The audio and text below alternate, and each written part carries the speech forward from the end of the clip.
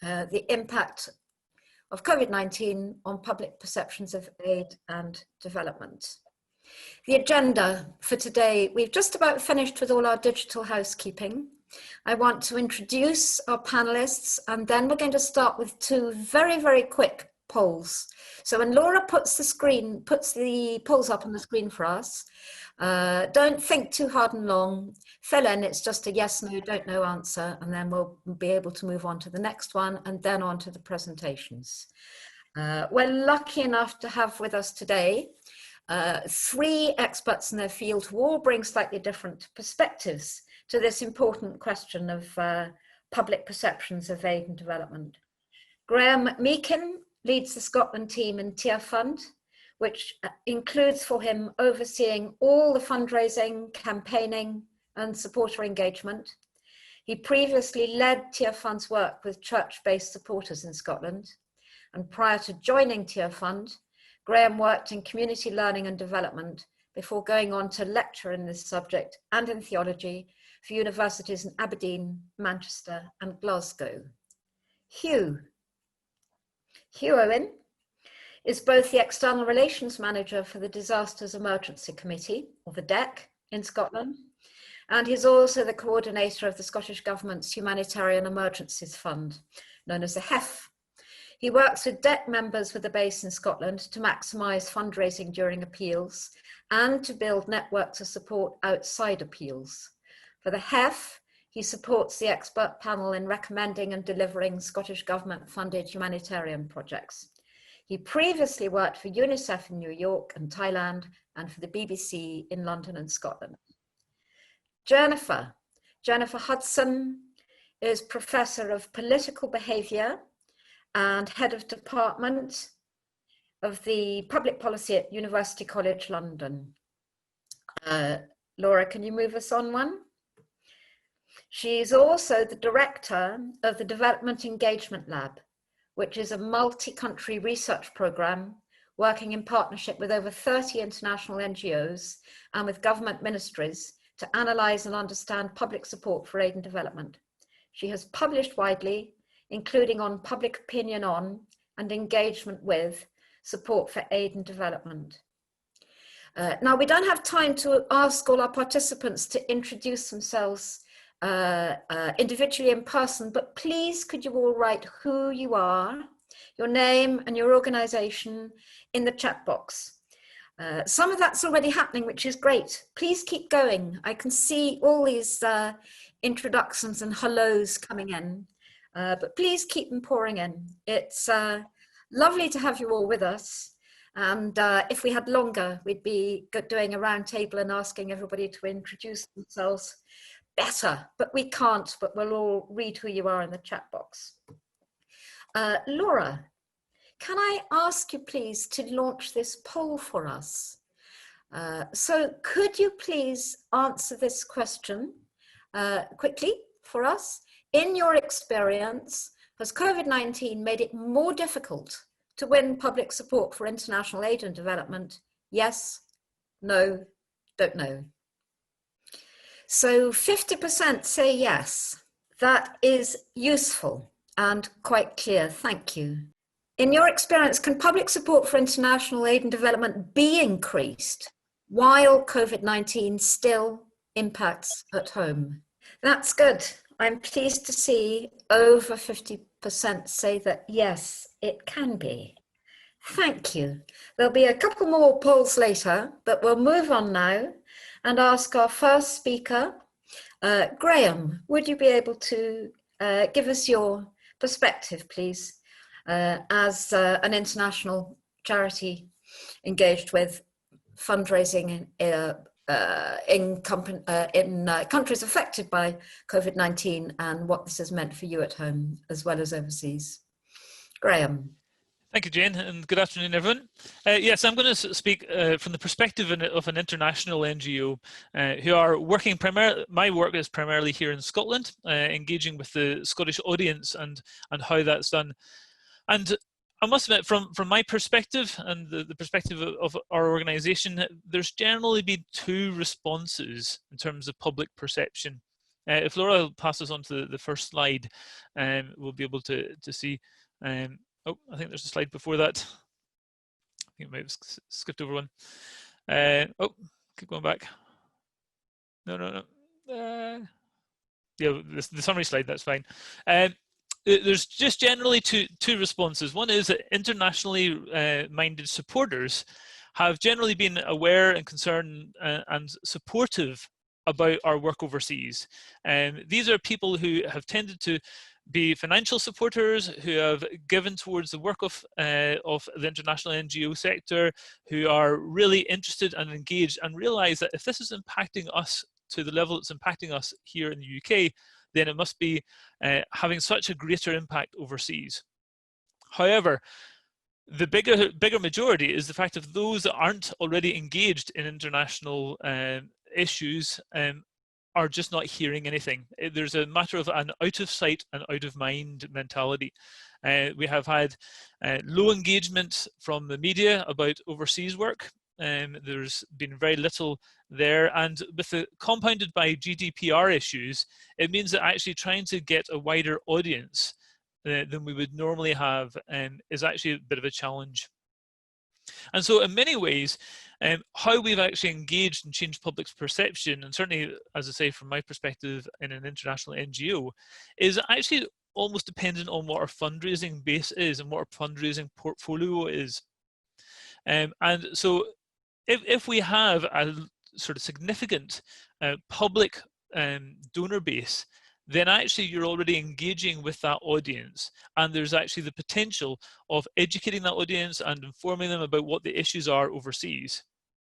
However, if your audience or your fundraising is mostly reliant on institutional fundraising or things like sort of street fundraising or retail, so retail shops, for example, then actually the message hasn't been able to get out in quite the same manner.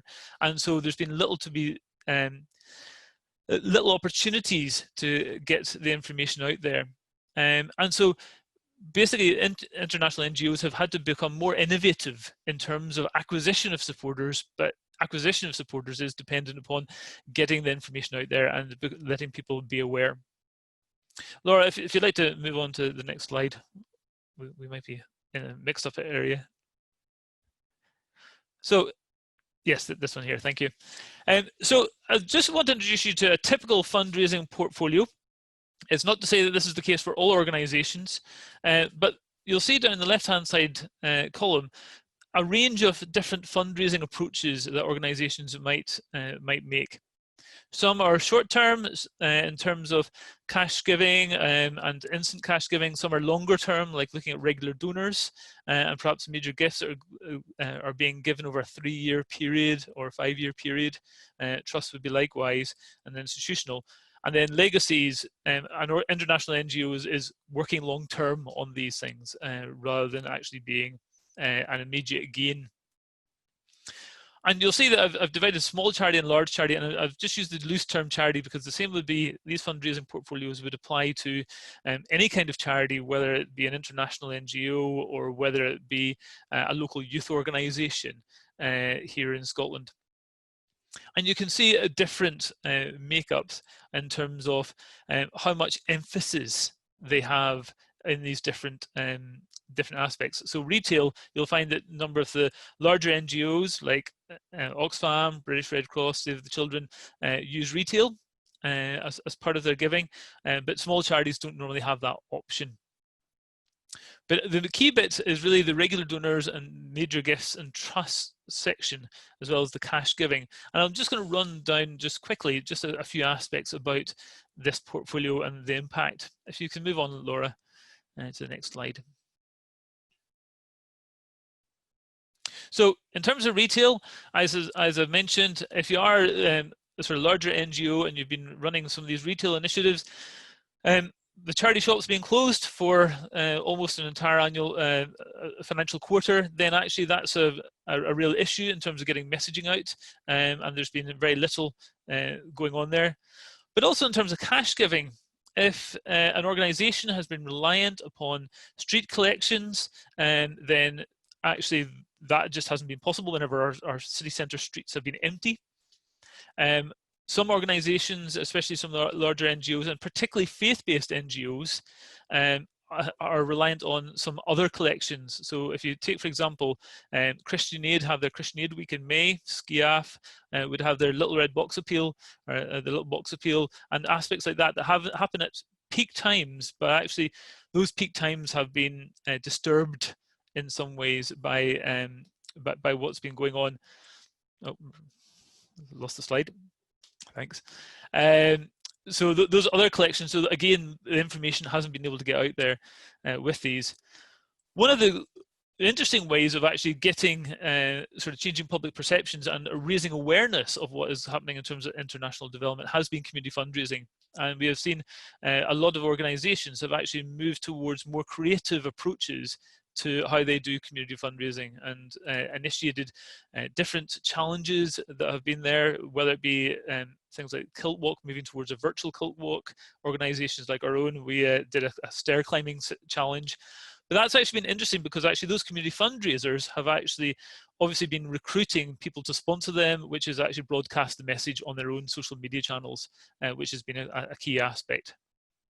And again, with direct marketing, we've actually found that our supporters have been more generous as awareness has been raised, but as I mentioned earlier, with aspects like GDPR, etc., unless they're actually engaged supporters already, then actually that channel for getting public perception sort of moving towards international issues has actually been highly limited. If you can move on, Laura, thanks.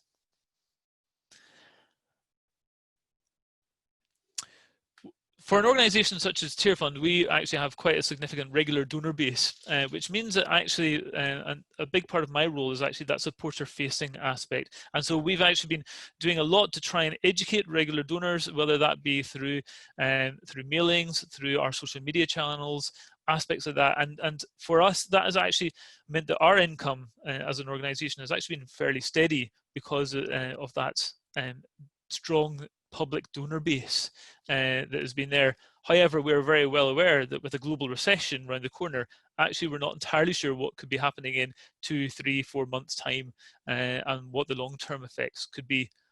What it does mean is that actually recruiting new regular donors is actually a real challenge. So you can retain quite well your current regular donors, but actually larger ones are more challenging. In major gifts and trusts, there has been an issue in terms of where is people's investments. So whether people will continue to be engaged in supporting international NGOs will depend on where those investments are.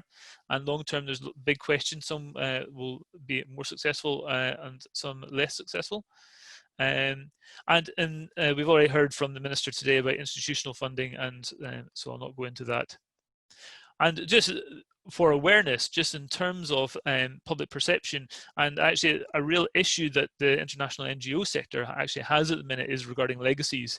There are real procedural delays within the probate system at the minute because of it being shut down for several months, and you'll find that a number of charities are actually going to struggle over this period with those procedural delays.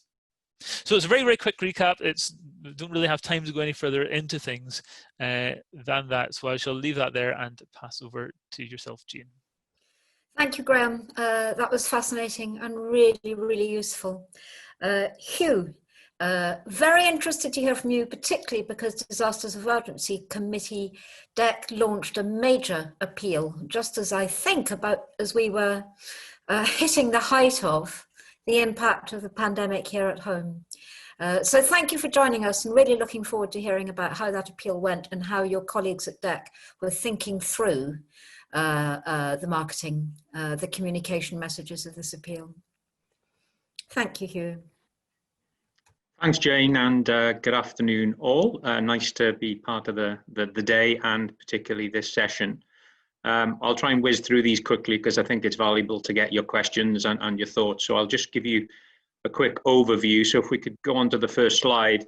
I just want to sort of set out the table for maybe people that don't know exactly who the DEC is, because I think this sort of explains, A, the power of the coalition, but some of the complexities about launching an appeal. So just very quickly, it's 14 of the main UK humanitarian charities, which includes Graeme's organisation and a number of others, and I know that a few familiar faces on the call today, and 6 of those are represented in Scotland, including Tearfund. So that's the sort of first coalition that we need to kind of align before we launch an appeal. So we go on to the next slide, please.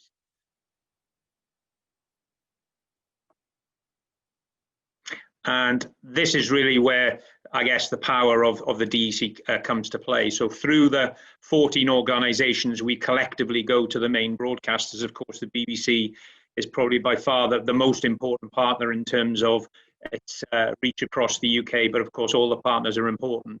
And crucially, we have to have the support of these organisations if we're going to really make the impact. In terms of headlines, this appeal, which we launched in mid-July, we've now raised more than £25 million, and without the broadcasters, we wouldn't raise that kind of money. And so this is the key part of the relationship. But in terms of COVID, if you go on to the next slide, this is how we sort of think about major humanitarian appeals. And you can imagine all these different kinds of appeals have different dynamics and different complexity in launching. And every time we try and launch for a complex emergency, it's generally much more difficult. If you think of the messaging around that and the communication around complex emergencies and the politics around complex emergencies, the challenge to connect with the UK public is much more difficult. And if you go on to the next slide, please. And this is just a snapshot of our planning for the appeal. So we were looking at about 25 different countries where coronavirus was a potential risk, having humanitarian impact. So there was a huge amount of discussion even before there was the detailed discussion with the broadcasters about how you might try and distill down these countries. Again, if you're communicating on this global scale, it's very, very hard to hit home. So eventually, this long list of 25 countries was distilled down to 7 countries. So again, most of you may know this, but these are the countries with the most fragility. So there is a global fragility index which we used, and also referenced the number of our members who had active programs in these countries. And eventually we homed in on DRC, South Sudan, Somalia, Yemen, Syria, Afghanistan, and the Rohingya camps in Myanmar. So that is, those are the 7 countries that we've been focusing on through this appeal, which has kicked off in July and is still open at this point. If you could go on to the next slide, please. So, like any organisation, they're trying to get the attention of the public and awareness also. And crucially, obviously, if we want to drive donations, which we'll then pass on to our members, we need those people to engage with us, and ideally emotionally. And from my perspective, as a television journalist for many years, and I can't remember exactly who said this, but the frustration, I think, for all organisations in this sector, when you have a relationship and a dependency on mass media and television news is where the cameras are. And if you look at this particular time in this particular crisis, television news journalists, senior correspondents are not able to travel to where these issues are at the moment. That's a simple fact. It's a frustrating fact that you're not seeing Ola Girin standing somewhere in Yemen, or you're not seeing other correspondents in East Africa. So add that to the second point, which is a very, very strong domestic focus. People's fatigue, arguably, with the news at this time makes it very, very difficult to punch your messages through. And then add on to that, as many organizations think about digital, there are even now sort of, growing concerns about Facebook and other organizations and the way they kind of generate maybe or foster fake news, et cetera, et cetera. So a lot of issues around getting your messages out across all these platforms. As I mentioned earlier on, the focus for the DEC makes it much easier. If it's a simpler natural disaster, it's much easier to focus your messaging. And on this particular pandemic as well, there was an emphasis in this appeal. There is an emphasis in this appeal on prevention. And again, if you're trying to show what prevention looks like, that's quite difficult too. So let me give you a couple of examples of what we've tried to do to get that attention, awareness, and engagement for our mission in this appeal. The point I'm trying to make here is over the last few appeals, we recognise the importance of being on the ground, either individually as an organisation or through our membership. And these, I think, are the key things that have given us some traction in this appeal, and which I think any organisation should be focusing on if you're trying to get engagement with your supporters this time. So it's obviously about the people you're trying to reach and telling their stories in the best way, and bearing in mind all the considerations around how you portray the people that we're trying to help and support.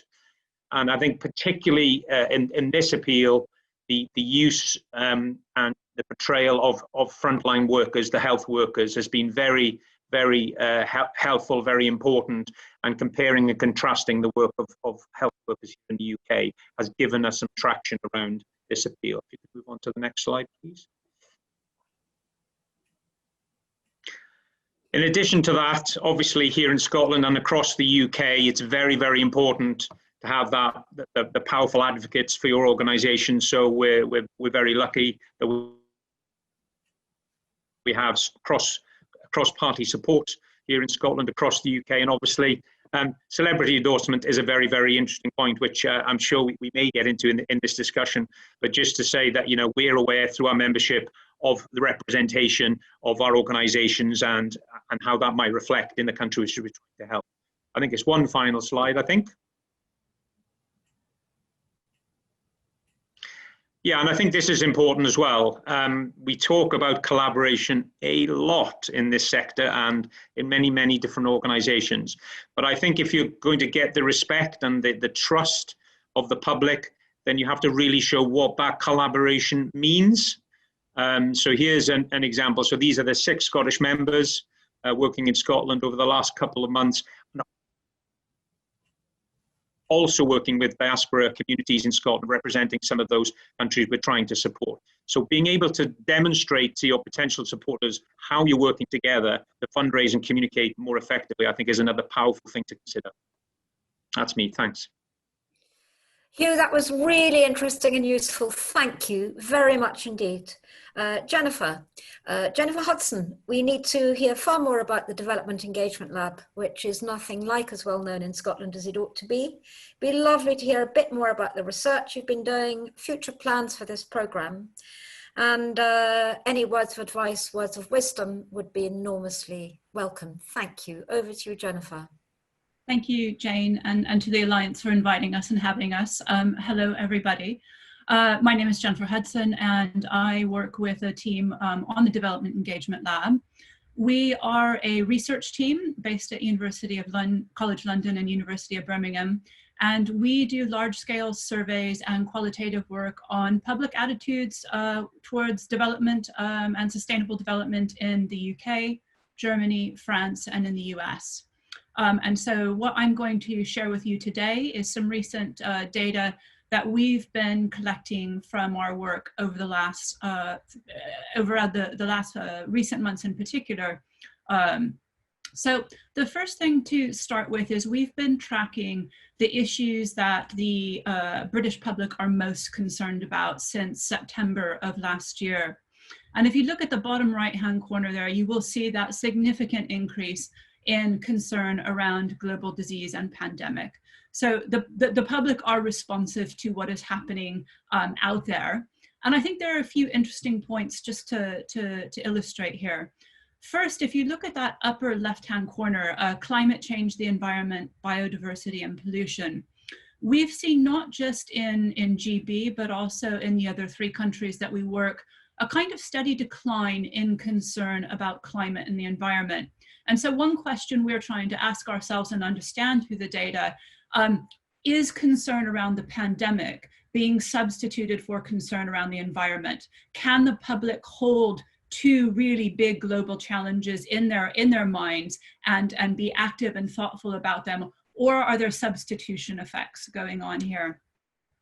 You'll also see that concern around the economic crises, job security, and wages started around 48%, saying they were most concerned about this, dipping a little bit in February and then back up to the medium 40s.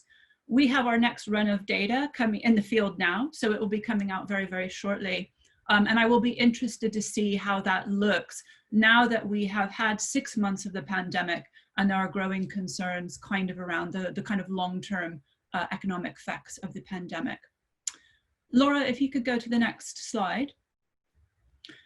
We did a very deep dive around public attitudes towards development and overseas aid in April and May, in the kind of peak of the first wave. And there are 3 points that I want to share here with you. The first is that we see overwhelming evidence that the public in Germany, Great Britain, and the US say that the pandemic is illustrating to us that international cooperation is more important than ever. The public see the importance of global cooperation to respond to the pandemic, and that's been very, very clearly illustrated. Next slide.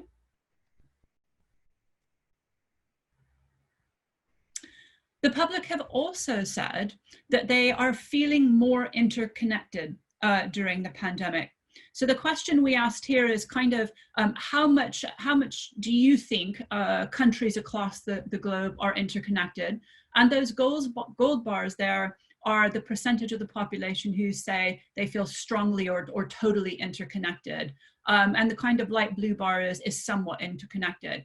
So people are looking around and seeing that kind of sense of what happens in my country is affected by what is happening elsewhere. The next slide. And a majority of respondents here in GB are saying that they would feel safer with a coordinated and global response to the pandemic. So if we take these 3 kind of data points together, and just moving ahead to the next slide, Laura, what we're seeing is a greater awareness of kind of global interconnectedness. We're seeing a preference for countries to work together, and a sense that we will be safer where there is global cooperation to address this health crisis. We did some specific message testing. So we asked all of our partner NGOs, many of them which are represented here in the audience, to give us messages that they wanted to send to their supporters, to see how that was landing in the height of the first wave. And we tested over 115 messages with the British public. And if these slides are available, so you can click on that link called Communicating in a Pandemic, and you'll see all of the messages that we tested, and you can sort them by socio-demographic groups. But what we saw, what was working best, was this idea about governments working with other governments, supporting the scientists to deliver the vaccine, that the only way we're going to be able to kind of address and prevent future infections is by supporting our scientists to produce vaccines. And you can see kind of the 4th point down there is we need a global response to a global problem. So reinforcing this idea of global interconnectedness. Now, I want to just point out the 3rd bullet point there is the crisis shows that investments in public health and development aid should not be viewed as a drain on resources. There's a strong need to build social safety net, even within high-income countries. And so 72% of our respondents said that they preferred that message to kind of any other message. So I think there's an opportunity here that when we talk about development cooperation, that it is both a kind of remedy to and an effort to prevent future pandemics. And there seems to be a very receptive public out there for that kind of messaging. Next slide, Laura. So what we take from these research insights is that there is a window here where the public is thinking about international cooperation, thinking around global connectedness. And the challenge for our messaging or the opportunity here for the messaging is to take that strong sense of preference for international cooperation and try and link it to both responding to the pandemic, but kind of wider development cooperation efforts. Next slide. We've been tracking public support for aid spending here in GB, but also in the other 3 countries. And just to say, and this kind of prefaces the next couple of slides, we've not seen a big impact of COVID on public support for development thus far. So if we take Great Britain, which is that bottom kind of navy blue line, you can see from September of 19, 46% of the British public said that they would like to increase or keep the same the amount that we're spending on development aid. And when we asked in June of 20, that was essentially flat, no change. Again, we've got data out in the field right now, so we will see what that looks like as we get in kind of to the medium term of the pandemic. But there's not been an initial hit in terms of support for development cooperation. Next slide. This is our dashboard. We ask the public 3 times a year about the ways that they engage with global poverty. And you can see that we have a range of different options that we measure here. So whether they are reading, watching, or listening to the news around global poverty, whether they've made a donation, or whether they've volunteered. Let me just focus on that very, very far right-hand, that last column there. So 18% of the British public said that they have donated in the last 6 months to an international development or charity or NGO. Now that's down 1% from January, but that's not a statistically significant drop. It's just, you know, it's kind of flat from January. That, however, is important in a wider context. Since 2013, we have seen a significant drop in the proportion of people saying that they have made a donation to development NGOs. And that's gone from about 36% in 2013 to roughly 18 or 19% in the last year, where it's held relatively steady. So that is something that we are keeping an eye on. Next slide. And then finally, we asked the public, thinking about priorities for UK's overseas aid spending. Perhaps not surprisingly, the priority here is around health, healthcare, health systems, the WASH agenda, and education. Now, this has not changed in light of the pandemic. When we've asked priorities for the last 5 years in our research, these typically are the top 3 priorities. So any messaging, any organizations who are working in these areas, this is where the public see and have a preference for UK aid spending. Next slide. So I will finish by just simply saying that COVID so far has neither been good or bad in terms of public engagement. We've seen relatively kind of flat lines in our tracking on key indicators. We are keeping an eye on this because organizations that we work with, our partner organizations, are telling us that they're starting to feel a bit nervous. Some have said their initial engagement with their supporters was quite positive in April, May, and June. But right now they're finding that they're looking at new ways of innovating ways to keep their supporters, but also activate new supporters, as Graeme was talking about. So I'll stop there. Thank you. Jennifer, thank you. That was fascinating. And I would like to invite you back another day, perhaps when a little bit further down the line, when your own keeping an eye on has produced some more insights. But I'm deeply grateful for that, the insights that you shared with us. And my own views on this one have changed considerably in the light of your data. Laura, could you launch our 3rd poll for us, please? What we're going to ask you to do now is to put your vote in here. Do we need to wait until COVID-19 has receded or a vaccine has been found before we can hope to win back the interest of the public? Could you quickly vote for us, please? And then we'll be moving on to our discussion time.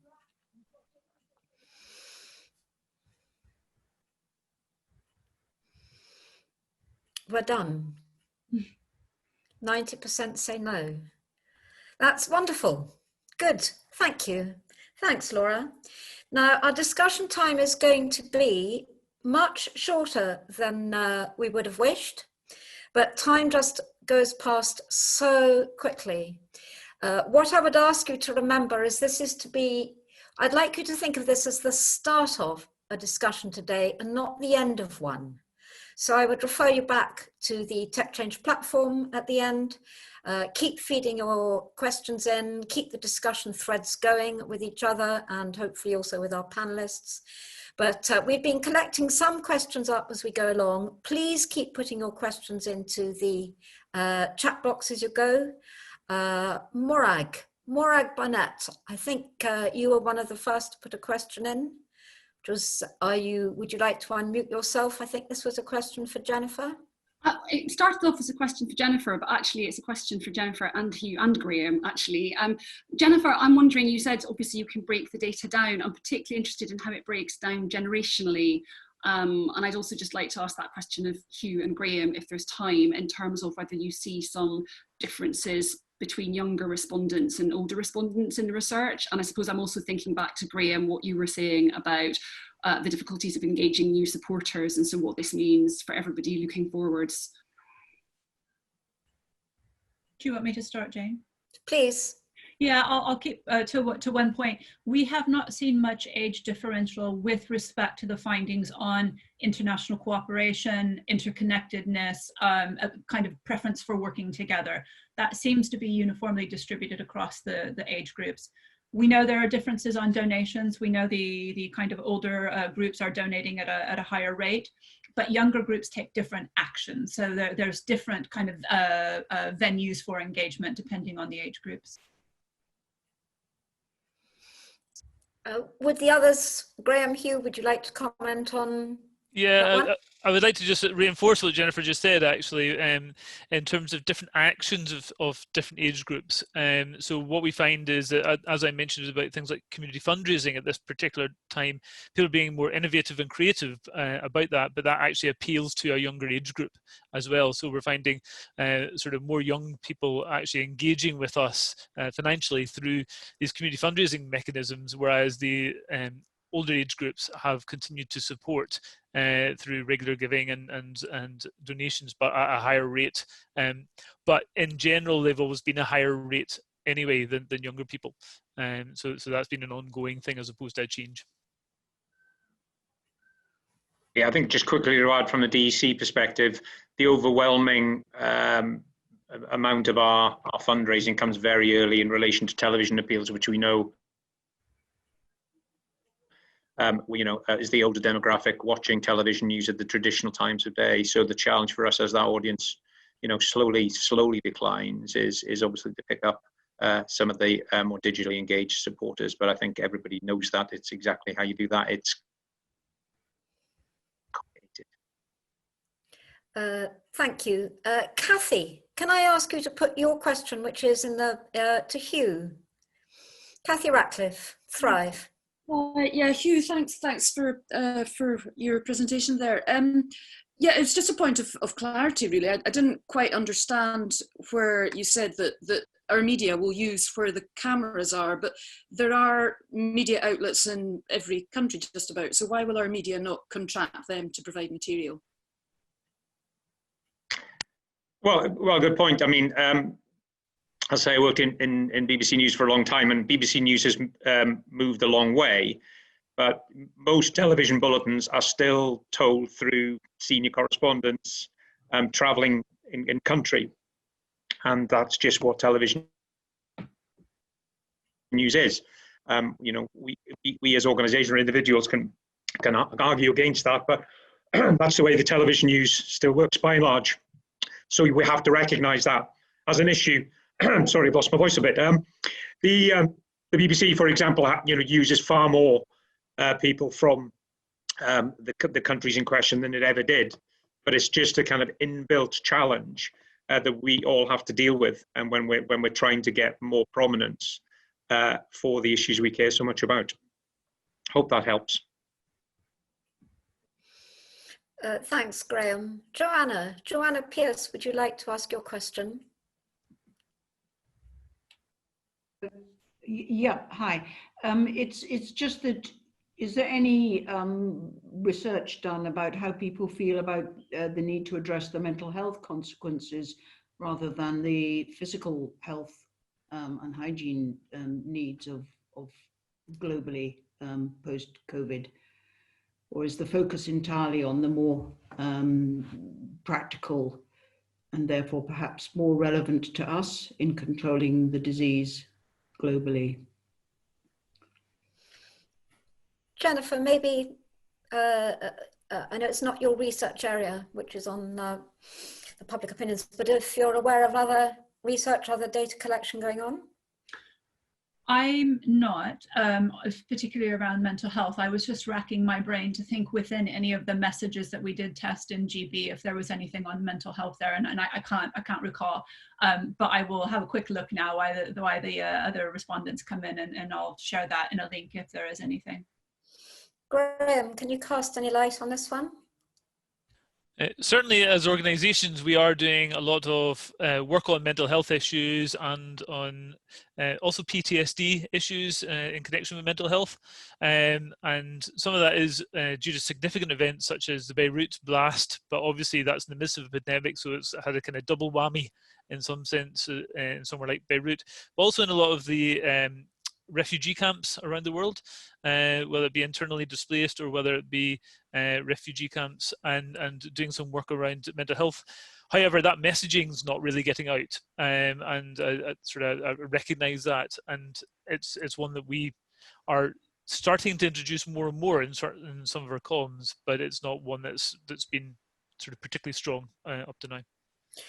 Joanna, there's a message from Janie Andrews of Heriot-Watt University in the chat box, which I hope you've picked up on. Keep an eye open for it. Laura, my colleague Laura, will be saving the chat box messages, I think, sharing them. I think we've got time for one last very quick one, but I'm sorry, this discussion time could have gone on far, far longer than it has. This is from Elaine. Elaine, would you like to ask your question about TV documentaries?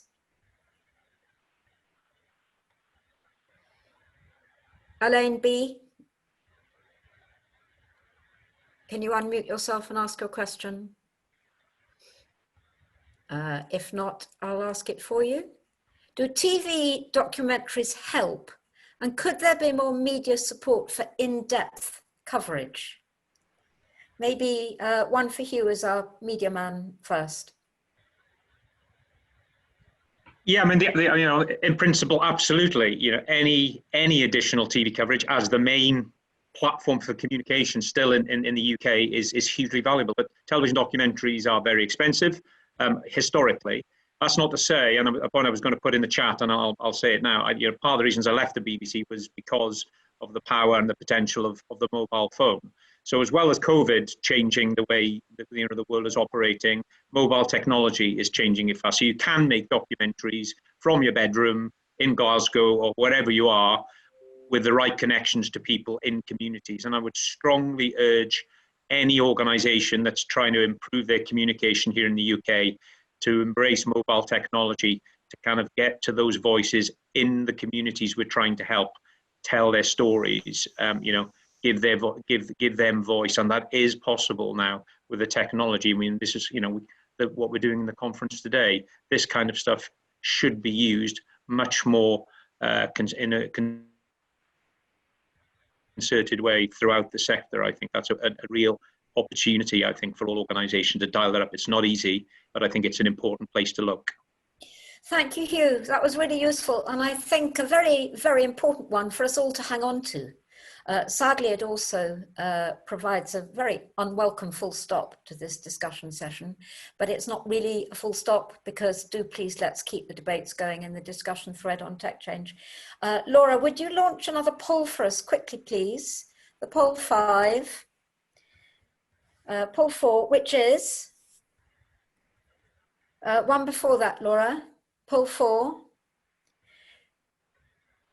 That was poll 5. Poll 4 should, and this is back on the theme of collaboration, Hugh's very clear picture, graphic illustration of collaboration.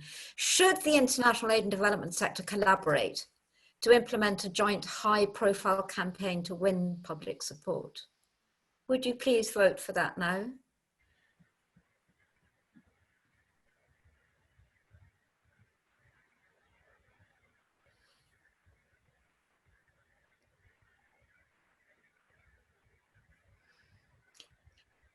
Thank you. 69% yes, 18% maybe. Thank you. Laura, would you launch the last one for us, our final poll? If there was such a collaboration, a collaborative campaign, would you be interested in taking part in it, helping develop it?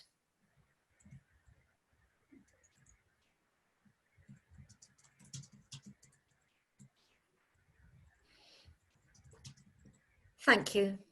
Some nice, clear results. Very sadly, we're going to have to wrap up. I would like to thank everybody, particularly the panelists, but also the participants for coming to join us today. A huge thank you to those speakers. I do hope you've enjoyed this session. We have a Google Doc, which is the link to it is in the chat box. We have the link that Laura has also offered us in the chat box to the static platform, where you can have a look at the slides that we've been using today. So please write into our Google Doc. Please have another look at the slides. Please continue the conversations. There are more sessions today. Second set of breakout sessions immediately after lunch and our final plenary. And don't forget to take a look at the exhibition hall. Thanks to our sponsors, Stunex, for making a lot of this today possible. We wouldn't have managed without them. So again, thank you to everybody. And I look forward to joining up with you all later in the day today. Thank you and goodbye for now.